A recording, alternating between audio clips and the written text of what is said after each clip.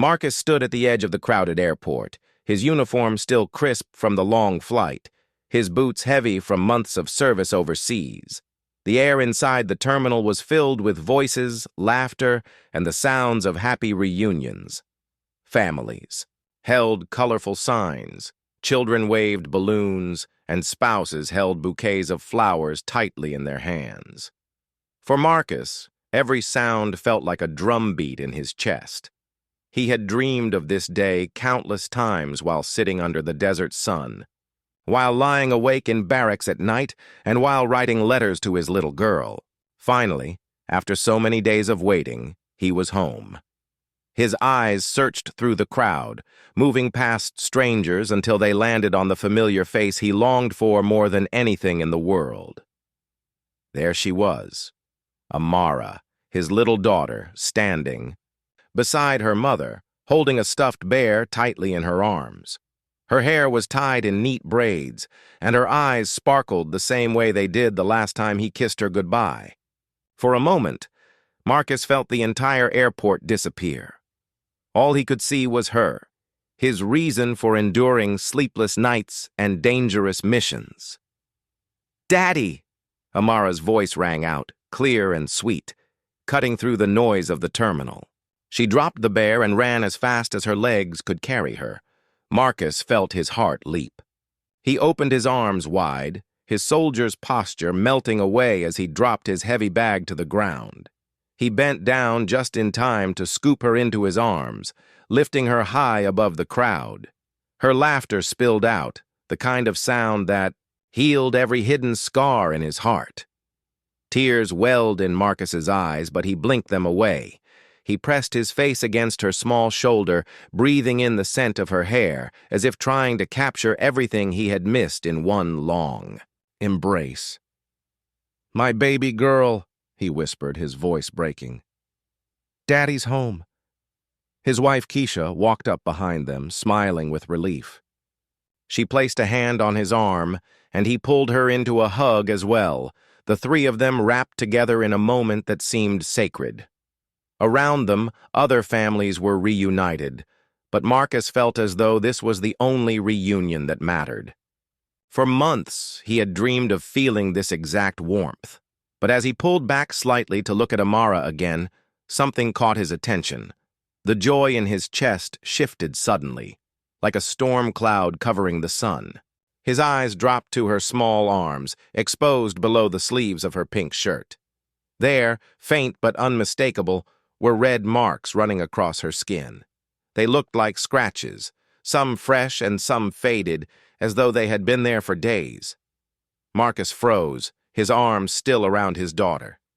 His smile faltered just for a second, and his chest tightened. His soldier's instinct, the same instinct that once made him notice the slightest movement in the desert wind, now locked onto those marks. For a heartbeat, the noise of the airport dimmed, and all he could see was the fragile skin of his little girl, marred by something he could not yet understand. Amara, still smiling, leaned her head on his shoulder, not noticing his sudden silence. Keisha adjusted her purse strap and said softly, "She couldn't stop talking about you all week. Every night she asked, 'When will Daddy be home?'"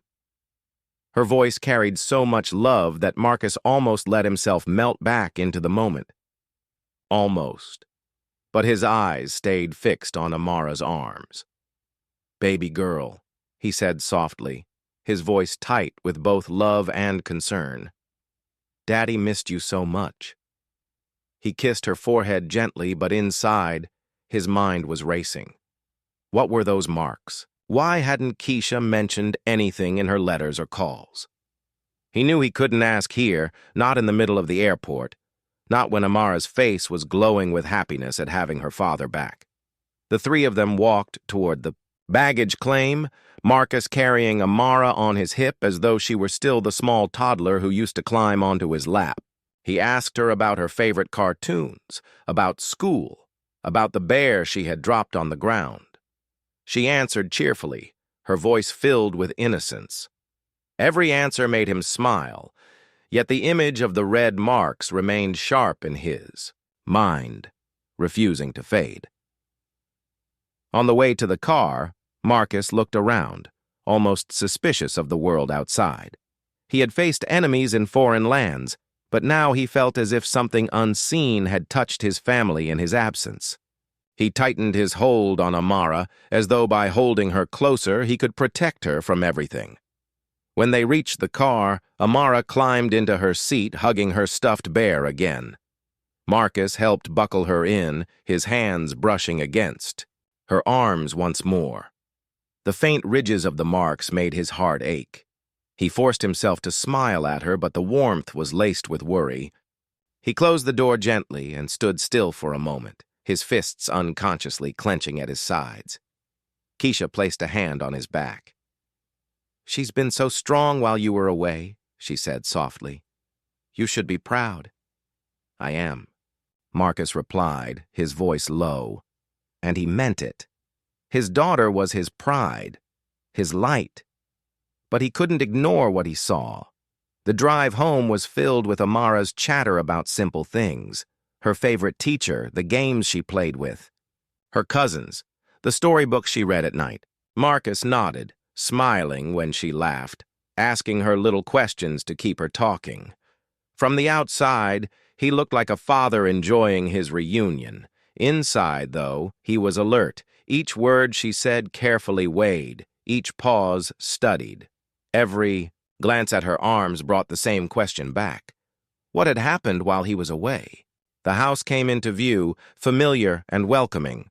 The porch light glowed warmly, the yard looked freshly mowed, and the curtains in the window moved slightly with the breeze. Marcus carried his bags inside, but his eyes always returned to Amara.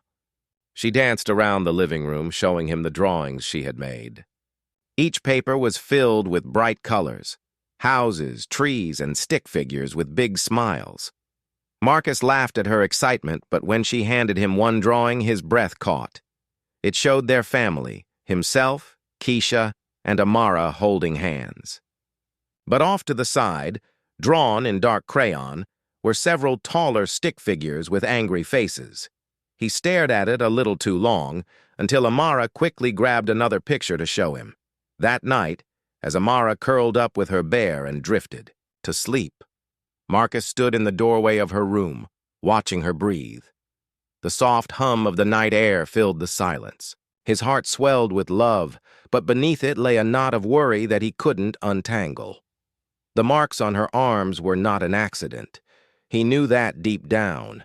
Something had touched his daughter's life while he was away, something she hadn't spoken of yet. Marcus whispered a quiet promise to himself as he turned off the light. "I'm home now. And whatever this is, I'll find out. I'll protect her." The soldier who had fought battles abroad now stood ready to face a battle of another kind, one that was closer, more personal, and far more important than anything he had ever faced before. Marcus woke early the next morning, his body still carrying the rhythm of military life. The sun had only begun to rise, casting a soft golden glow through the thin curtains. For a brief moment, he allowed himself to simply enjoy the silence of home, the hum of the refrigerator, the faint ticking of the clock, and the distant chirping of birds outside. He stretched, listening to the creak of the floor under his boots, and breathed in the familiar scent of coffee brewing in the kitchen. He was home, not in the dust of faraway lands, not in the endless noise of deployment. But even as he tried to let that comfort sink in, his mind turned back to the same image from yesterday, the faint red marks along his daughter's arms. He moved quietly into the hallway, careful not to wake Amara. Her bedroom door was slightly open, and he peeked. Inside, she was still sleeping, curled up with her stuffed bear, her small chest rising and falling gently. The morning light touched her braids, making her look almost angelic. Marcus felt his heart ache with love, but also with worry. He wanted to wake her up and ask her right then about those marks, but he knew it wasn't the right moment. He had to be patient, gentle. A soldier could force answers from an enemy, but a father needed trust to hear the truth from his child. In the kitchen, Keisha was already up, stirring sugar into 2 mugs of coffee. She smiled when she saw him, but Marcus noticed the tiredness in her eyes. She had carried so much while he was gone, working, taking care of Amara, keeping the house running. He sat at the table, and she slid a mug toward him. "Feels good to have you back," she said softly. "It feels good to be back," he replied, taking a sip. The warmth of the coffee steadied him. After a pause, he asked casually, "How's she been doing?" "Really?" Keisha hesitated, her spoon resting in the mug. "She missed you a lot, but she's strong. She kept herself busy, drawing, reading. Sometimes she was quiet. Sometimes she cried at night, but that's normal." Marcus nodded, his jaw tightening. "And school?" Keisha gave a small shrug. "School's school. You know how kids are. She's handled it." Marcus wanted to press, to ask if Keisha had noticed the marks on Amara's arms, but he stopped himself. He didn't want to sound accusing. He knew Keisha loved their daughter deeply. Still, the unanswered questions gnawed at him. Later that morning, Amara bounced into the kitchen, wearing her favorite yellow dress. She hugged Marcus tightly around the waist and chattered about the pancakes she wanted for breakfast. Marcus lifted her onto a chair and made her laugh by pretending to flip pancakes higher than the ceiling. For a while, the house was filled with the kind of joy he had missed so badly. Yet even in those light-hearted moments, Marcus noticed how she sometimes pulled her sleeves down, as if trying to hide her arms. As the day went on, Marcus watched closely. He noticed little things he had missed in their phone calls. When Amara played with her toys, she laughed, but sometimes her laughter seemed forced. When she showed him her drawings, he noticed dark colors in some of them. He remembered how children often said things in ways adults didn't immediately understand. He wanted to ask, but he also feared pushing too hard. In the afternoon, Marcus decided to take Amara for a walk to the park. He wanted some time alone with her, away from the house, away from distractions. They strolled hand in hand, Amara skipping beside him, talking about how much she wanted ice cream later. The park was filled with children playing, their voices filling the air like music. Marcus lifted Amara onto a swing and pushed her gently, smiling as she squealed with delight. But as she reached higher, the sleeve of her dress slid back again, and the marks came into view. Marcus's chest tightened. He stopped the swing and knelt in front of her, brushing her arm lightly. "Baby girl," he said softly. "Daddy noticed these yesterday. Did you fall down? Did something happen?" Amara's smile faded, and for a moment, her eyes shifted to the ground. She shrugged. "It's nothing, Daddy. I'm okay." Marcus's heart sank. He recognized the way she avoided his eyes. It was the same way some soldiers avoided questions when they carried a weight too heavy to share. He reached out and gently lifted her chin so she looked at him. "You can tell me anything. I'll always listen." But Amara forced a small smile and asked if they could go get ice cream. Marcus nodded, letting the moment pass. He didn't want to scare her or push her away. He decided to wait until she was ready. That night, after Amara had gone to bed, Marcus sat in the living room with Keisha. He couldn't stay silent any longer. "I saw the marks again today," he said quietly. "They're not just scratches. Something's going on." Keisha sighed heavily and set down her book. "I've noticed them too," she admitted. "She told me once that some kids at school were mean to her. I thought it was just words, kids being cruel. I didn't know it went this far." Marcus's jaw clenched. "Why didn't you tell me?" "I didn't want you to worry while you were deployed," Keisha said softly. "You already had enough to deal with." Marcus leaned back, his fists tightening on his knees. He felt torn between anger and guilt. While he was away protecting strangers in another country, his own daughter had been hurt back home. He hated the thought of her facing anything alone as the house grew quiet. Marcus walked back to Amara's room. He stood in the doorway again, watching her sleep. The stuffed bear was tucked under her arm, her small face peaceful in the glow of the nightlight. He knew she was strong, stronger than he had realized. But she was still just a child. She shouldn't have to hide pain or pretend she was fine. Marcus whispered into the stillness, "I'll figure this out, Amara. You don't have to carry it alone anymore." That night, Marcus barely slept. Every sound in the house reminded him of the silence he had endured overseas, the silence before something dangerous happened. Except now, the danger wasn't a battlefield. It was something hidden in his daughter's daily life. Something that had left marks not only on her arms, but maybe on her heart, too. By morning, Marcus had made a silent promise to himself. He would get to the truth, but gently. He would not let fear silence his daughter. He would not allow anyone to make her feel weak or alone. His return home wasn't just about coming back from war. It was about standing by her side for the battles she never should have fought without him. Morning sunlight warmed the kitchen tiles as Marcus cracked eggs into a bowl and whisked them slowly, the way he used to when Amara was a toddler reaching up from her high chair. He wanted the day to start soft and calm. He wanted her to feel safe. The quiet rhythm of the whisk steadied his breath. He glanced at the hallway. Her door stood open, and he heard the rustle of her feet on the carpet. When she appeared, braids neat and eyes bright, he smiled and said, "Chef's helper reporting for duty?" She giggled and hopped onto a stool. They ate together, the three of them, with the small sounds of forks and light talk filling the room. Marcus asked simple questions about reading time and recess, letting the conversation be easy, not heavy. He watched her sleeves, how she tugged them down without thinking. He kept his voice gentle. "Want me to pick you up from school today?" Amara's face lit up. "Really? You'll be there?" He nodded. "I'll be there."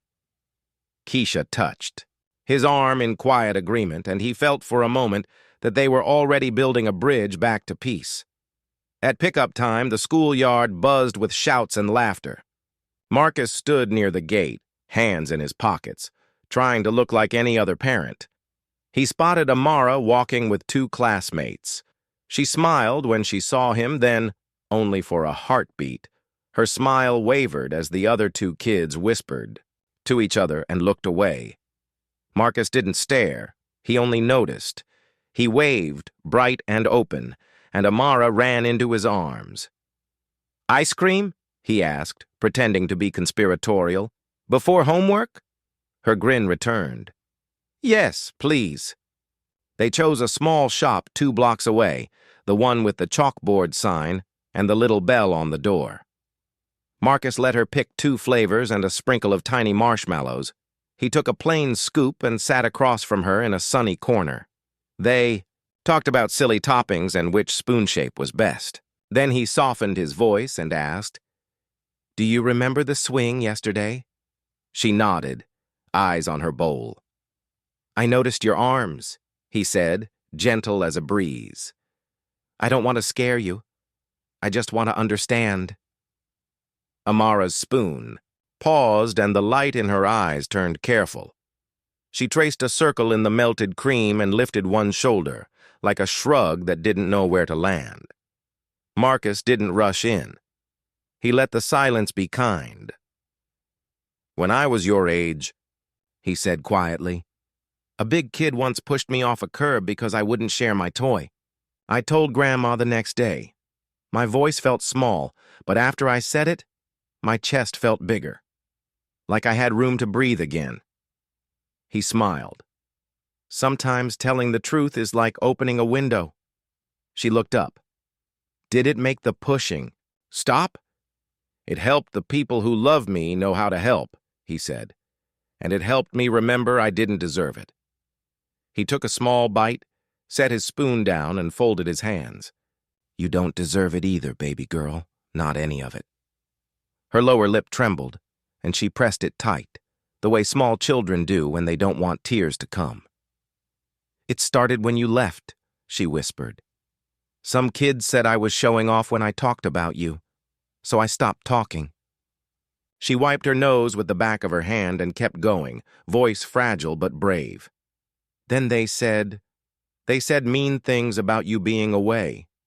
They said you left because you liked other places more. And they said mean things about me, about my skin, about how I look. They told other kids not to play with me.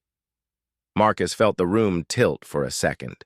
He set his feet flat on the floor and breathed in through his nose, slow and steady, the way he'd learned to do when a storm built, inside his chest. Thank you for telling me, he said, each word careful, respectful. I'm listening. Sometimes at recess they push, she continued, eyes shining but steady now.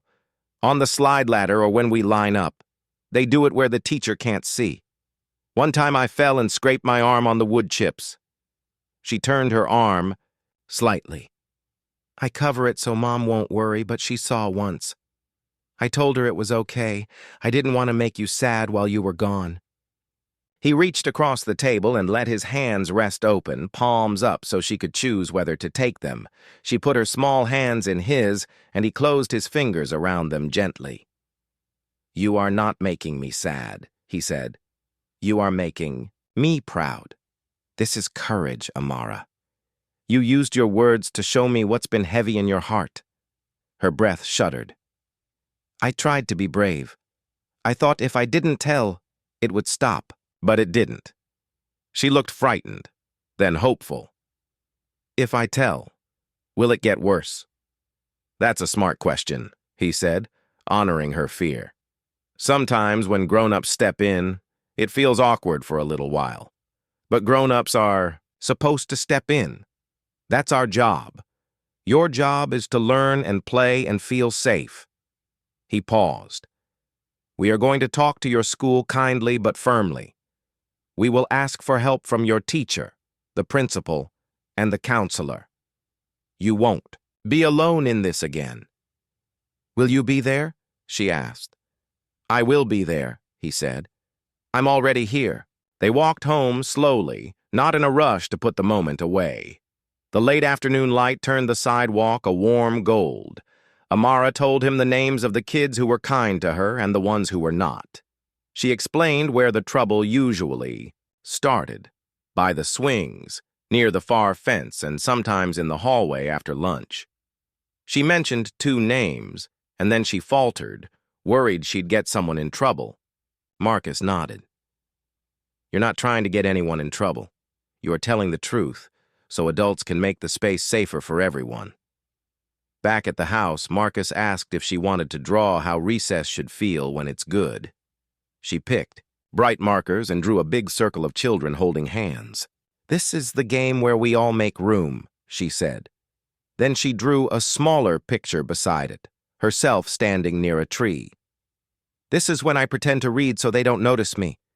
She stopped and looked at him. I don't want to pretend anymore. You won't have to, he said. Keisha listened as they shared what had been said. Her eyes grew wet, but her voice was steady. Thank you for trusting us, she told Amara. You are the bravest person in this room. Together, they made a little plan on a notepad. Write down what Amara remembered, list times when she felt unsafe, and prepare to meet the school. Marcus took photos of the current scratches, gentle and quick, explaining why. This helps us remember the details so we can explain them clearly. You did nothing wrong. After dinner, while Keisha washed dishes and Amara colored, Marcus stepped onto the porch to call the school. He left a calm message for the teacher asking for a meeting, and then for the principal's office, requesting time the next morning. He spoke with respect, without heat, and emphasized safety and support. When he returned inside, Amara was waiting with her drawing of the circle of children. I want this at my school, she said, tapping the page. We'll ask for it, he replied. We'll ask for fairness and kindness and for grown-ups to watch the places that feel far away. We'll ask for a plan that works on the playground, in the classroom, and in the hall. Bedtime came with its familiar rituals: the soft lamp, the folded blanket at the foot of the bed, the stuffed bear tucked where it always lived. Marcus sat on the edge of the mattress and asked if she wanted a story. She nodded. He told her a simple one about a little lighthouse that kept shining even on foggy nights. The lighthouse didn't yell, he said. It just kept its light steady so ships knew where the rocks were. He touched her forehead.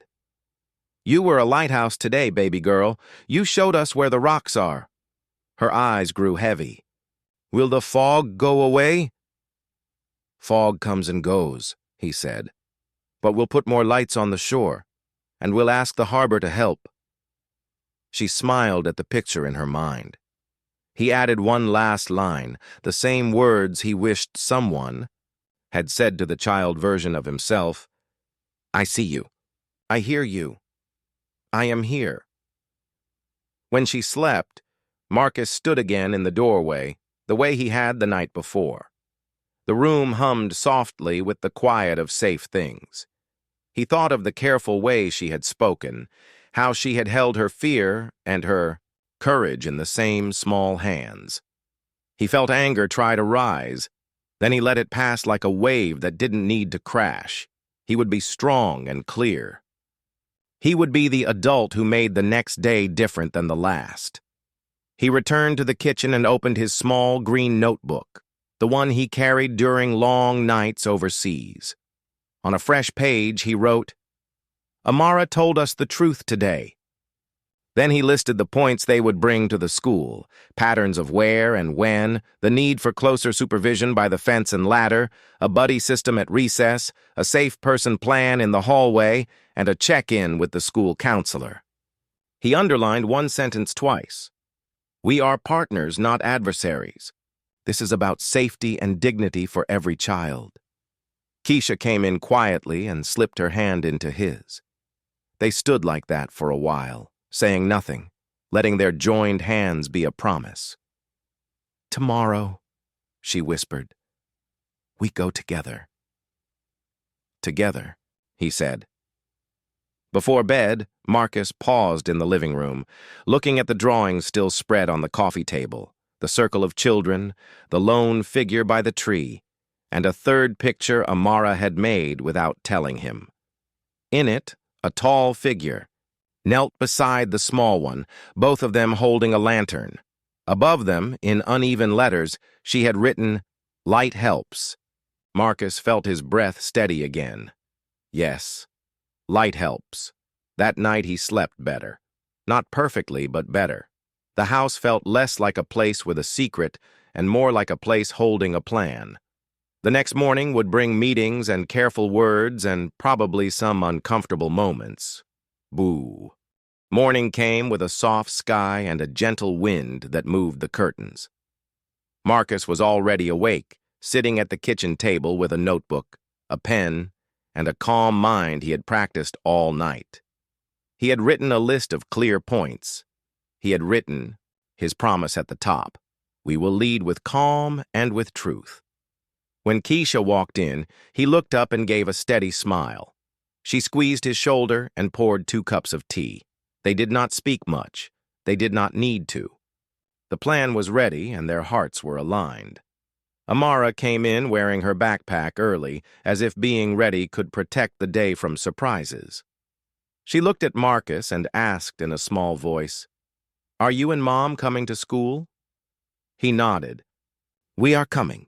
We will meet your teacher and the principal. We will ask for help. We will ask for a plan. She stood a little taller when she heard the word plan. He leaned closer. Do you want a signal today? If you feel uneasy, would you like to tap your fingers 3 times on your desk, and your teacher will know to help? Amara thought, and then nodded. 3 taps, she whispered. 3 taps, he agreed. They drove to school together. The parking lot was busy with cars, buses, and bright backpacks. Marcus walked between Keisha and Amara, one hand holding Amara's and the other holding the notebook inside his jacket. The front office smelled like new paper and pencil shavings. A friendly secretary greeted them and made a call. After a few minutes, a woman with kind eyes appeared and introduced herself as the principal, Ms. Rivera. "Thank you for coming," she said. "Let's sit down together and talk." They entered a small meeting room with soft chairs and a round table. On the wall, a poster read, "Every child deserves safety, learning, and belonging." Marcus read the words and felt his breath slow. A few moments later, Amara's teacher, Ms. Patel, and the school counselor, Ms. Green, joined them. Ms. Patel looked worried but open. "Amara is a bright child," she said softly. "We want her to feel safe here." Marcus nodded once. He spoke plainly. "Thank you for meeting with us. We are here to share what Amara told us and ask for help building a safe plan. We want to partner with you." He opened his notebook and described what Amara had said, where the trouble happened, how the marks appeared, and why she did not tell right away. He kept his voice calm and even. He used simple sentences. He did not blame, he described. Ms. Rivera took notes. She looked directly at Amara and said, "I am sorry you felt alone. That is not how school should be. We will take action." Ms. Green, the counselor, leaned forward. "We can create a safety plan today," she said. "It will include supervision in the places you named, a buddy system with a trusted friend, and a check-in with me each week. We can also teach the class about kindness and how to include others." Marcus asked careful questions, one by one. "Can we add more staff near the far fence and the slide ladder, where the trouble often starts? Can we set a clear rule for lining up and a rotation for yard duty so no area is missed? Can we give Amara a safe person pass so she can come to you, Ms. Green, if she needs a short break?" He paused. "Also, can we create a way for children to share concerns without fear, like a small box for quiet notes?" Ms. Patel nodded quickly. "Yes. Today I can review recess rules with the class. I can also set up partner games so no one feels left out. And I can watch for the 3-tap signal." She smiled at Amara. 3 taps is a smart idea." Mrs. Rivera added, "I will shift supervision so an adult stands near the fence and another near the ladder. We will assign 2 staff members to walk the hallway after lunch. We will do a short classroom lesson on respect and belonging, and we will continue it next week." She looked at Marcus. "We will also follow our school policy and reach out to other families as needed with care and privacy." Marcus listened and then said, "Thank you. We would also like follow-up dates. Can we meet 1 week from today for a check-in? And can you email us a summary of the plan so we all remember the details?" Ms. Rivera agreed and wrote the date on her calendar. Ms. Green explained the check-in card she would give Amara. "Every morning, I will meet you at the door for a quick hello," she said. "At the end of the day, you can hand me this card with a smiley, a straight line, or a frown to show how the day felt. We will talk if we need to." Before school started, Ms. Patel invited them to walk out to the playground. Marcus stood near the fence and looked across the wide gravel. He saw how a child could feel alone at the edges. He measured the distance between the slide ladder and the teacher's usual spot and understood how a small moment might go unseen. He did not let anger take over. He let understanding guide his requests. He pointed to the places where Amara had felt uneasy and asked for adult eyes there. Ms. Patel nodded and took note of where she would stand and how she would move. As the bell rang, children poured onto the yard. Ms. Patel crouched to talk to Amara at eye level. "Today, you can play with Lila near the chalk area," she said. "I'll be right there. If you need me, use our signal or come stand beside me." Lila, a classmate with a warm smile, waved. "Want to draw a giant sun?" she asked. Amara smiled back. "Yes." Marcus watched from a distance with Ms. Rivera. He saw Ms. Patel place herself with purpose. saw the yard staff take the new positions, and felt something inside him relax a little. He did not hover. He trusted, but stayed available. He and Keisha waited in the office and then met briefly with Ms. Rivera again to confirm the email plan. "We'll call you at midday with a short update," the principal promised. "And I'll send a written summary by this afternoon." At noon, Marcus's phone buzzed. Ms. Rivera's voice was clear. "Morning went well," she said. "There," was a small moment at the line that Ms. Patel corrected right away. Amara joined a drawing game with Lila and 3 other students. The yard team kept the new positions. Ms. Green did a 5-minute check-in and gave Amara her card. Marcus thanked her and then stood for a long breath in the quiet living room. It was only one morning, but it was a beginning. That afternoon, he arrived early and waited by the gate. When Amara came out, she smiled first, a real smile that reached her eyes. "We made a chalk sun," she said. Ms. Patel drew a smiley. "On it." "Lila showed me a new game." Marcus listened and clapped once, soft and proud. "How did the signal feel?" he asked. "I tapped once," she said. "She looked at me and nodded. I didn't need to tap again." He smiled. That's teamwork. At home, they placed the written plan on the fridge. The principal's email had arrived as promised.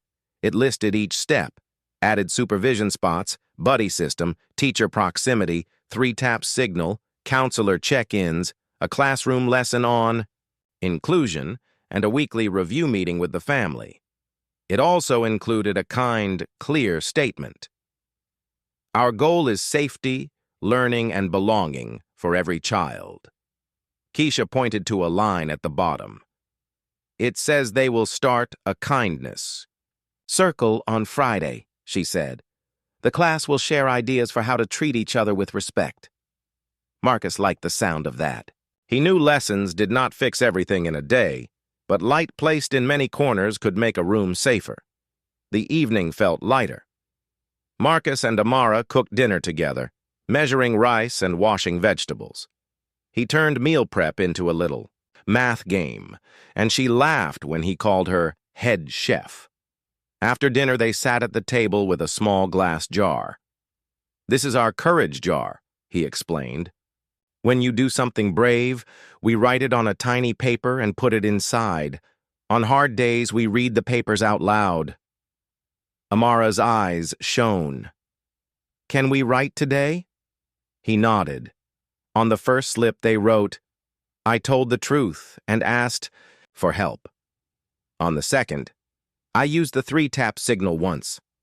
They folded both papers carefully and dropped them into the jar. Later, Marcus showed her a breathing trick he used when his thoughts felt tight. "Breathe in slow for 4 counts," he said, holding up fingers. "Hold for 4. Breathe out for 4. Hold for 4. It helps your body remember that you are safe." They practiced until it felt like a small dance they both knew. Then, they made an I can list for the bedroom wall. "I can ask for help. I can walk to a safe person. I can use my signal. I can use my breath." Each line was written in big, friendly letters. Before bed, they sat on the porch. The sky was a deep blue, and a first star showed above the trees. Marcus told her how proud he felt watching her stand with her teacher near the chalk drawings. "You were steady," he said. "You did not hide. That matters." Amara leaned her head on his arm. "Will it be like this every day?" He was honest and kind. "Some days will be easy, some days will be bumpy. But now we have a plan. And we have people helping. We also have our jar, our breath, and our words. We will keep going together." When she was asleep, Marcus opened his notebook again and wrote a short summary of the day. He noted what worked: teacher proximity, buddy play, and the check-in call. He wrote ideas to try next. Maybe a morning hello ritual at the classroom. Door, and a small kindness job for Amara, like handing out pencils, to grow her confidence in the room. He wrote, "Stay calm. Lead with light." Keisha joined him and read the page. "You were strong and gentle today," she said. He exhaled. "I wanted to be loud," he admitted. "But I kept thinking, if I am calm, they will hear the heart of it." "And they did," Keisha smiled. "They did." Before he went to bed, Marcus sent a short thank you email to Ms. Rivera, Ms. Patel, and Ms. Green. He thanked them for the meeting, the supervision shifts, and the kindness lesson plan. A week later, the house felt different. It held the same furniture, the same pictures on the walls, the same light through the window, but the air seemed easier to breathe. The courage jar on the dresser was no longer empty. It held folded slips of paper with simple words that meant a lot. "I asked for help. I played with Lila. I tapped once. I took a deep breath." Each small action sat there like a tiny stone in a steady path. On Monday morning, Marcus walked Amara to the school door. He didn't hover. He didn't stand like a guard. He stood like a lighthouse, steady and calm. Ms. Green met them with a warm smile and the check-in card. "Good morning, Amara," she said. "Here's our card for today." Amara placed it carefully in her pocket.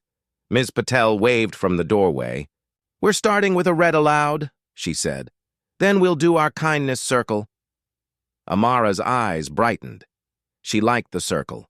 In it, everyone took turns sharing one kind thing they did, one kind thing they noticed, and one way to make room for others.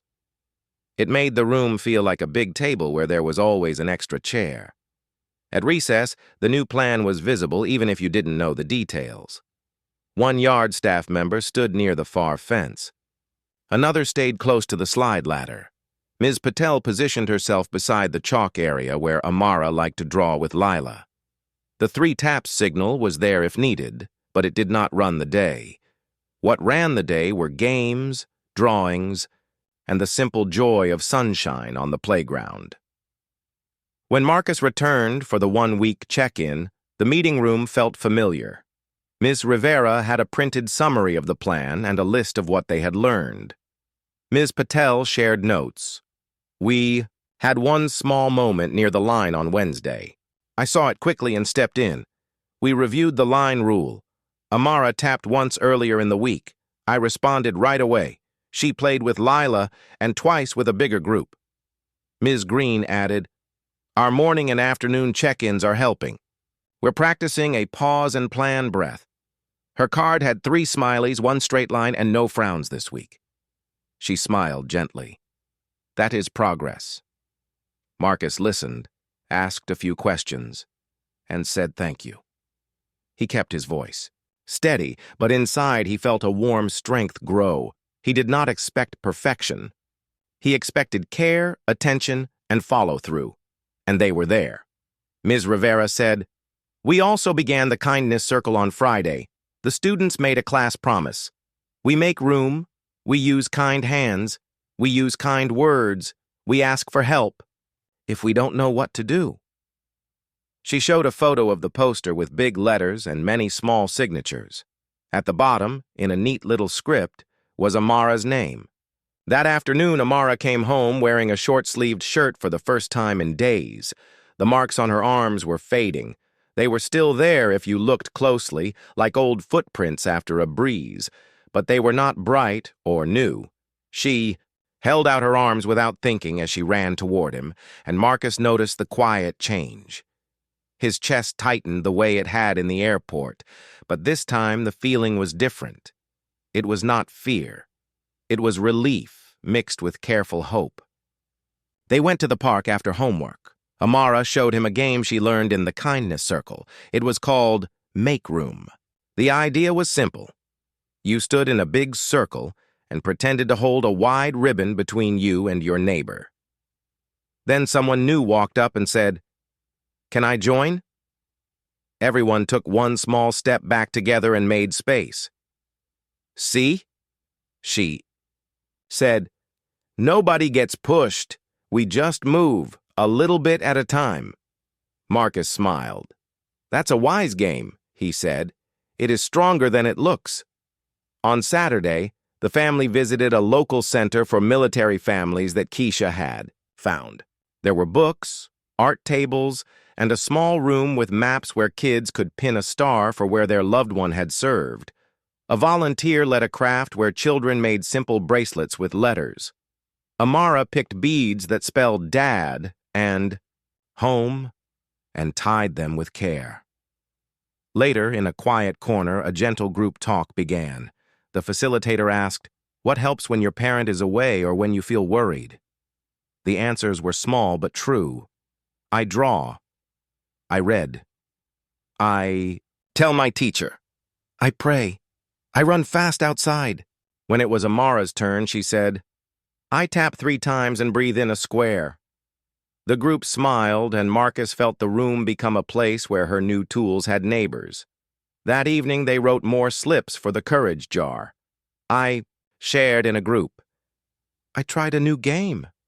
I wore short sleeves. They added one more that made Keisha's eyes shine. I laughed at recess and it was real. After they folded the papers, Marcus asked, "Do you want to add a new line to the I can list?"